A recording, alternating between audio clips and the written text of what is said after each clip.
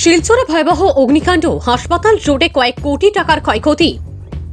আজ শিলচরের হাসপাতাল রোডে এক ভয়ঙ্কর অগ্নিকাণ্ডের ঘটনা সংঘটিত হয়। এই ঘটনায় একটি ফার্মেসি, রঙের দোকান, সিপিএম কার্যালয় সহ পিছনে থাকা বেশ কয়েকটি বসতবাড়ি সম্পূর্ণরূপে পুড়ে ভস্মীভূত হয়ে যায়। অগ্নিকাণ্ডের খবর পেয়ে দমকল বাহিনীর মোট 8টি ইঞ্জিন ঘটনাস্থলে পৌঁছায়। তবে জলের পাইপ ফেটে যাওয়ার কারণে আগুন নিয়ন্ত্রণে আনতে তাদের প্রচেষ্টায় বড় প্রতিবন্ধকতা দেখা দেয়। স্থানীয় বাসিন্দারা এই সমস্যার জন্য দমকল বাহিনীর বিরুদ্ধে তীব্র ক্ষোভ প্রকাশ করেন এবং প্রশাসনের দ্রুত পদক্ষেপ নেওয়ার দাবি জানান। স্থানীয় সূত্রে জানা গেছে, অগ্নিকাণ্ডের ফলে কয়েক কোটি টাকার ক্ষতি হয়েছে বলে জানা গেছে।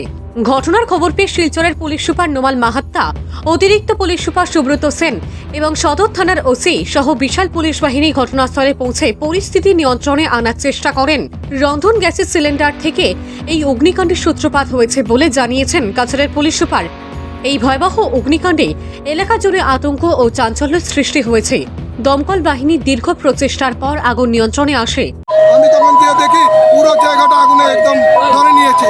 কিন্তু একটা দুঃখের বিষয় হলো, আজকে আমাদের এখানে যে আসামের ফায়ার ব্রিগেড আছে, এই ফায়ার ব্রিগেডে যে পরিষেবা দিয়েছে একদম নিম্নমানের। কেননা আজকে দেখেছি যে এই পাইপ ফাটা, জল আনছে, আধা জল পড়ে যাচ্ছে। আপনারা সামনে দেখুন, ক্যামেরাটা ঘুরিয়ে একবার দেখুন, সব জল বেরিয়ে যাচ্ছে।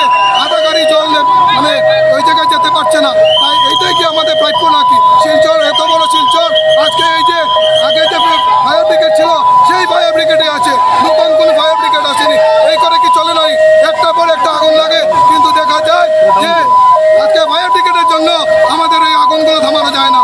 তাই আমি সবার কাছে একটা বিনম্র অনুরোধ, শিলচরে যত এমপি বলুন, এমএলএ বলুন, সবার কাছে আমার অনুরোধ, একটা ভালো একটা ফায়ার ব্রিগেডের ব্যবস্থা করুন। আমাদের শিলচরকে বাঁচাতে হলে এই পুরনো ফায়ার ব্রিগেড দিয়ে। আচ্ছা, এখানে পরিবারের মানুষ কি এখানে পিছনে আরো একদম বয়স্ক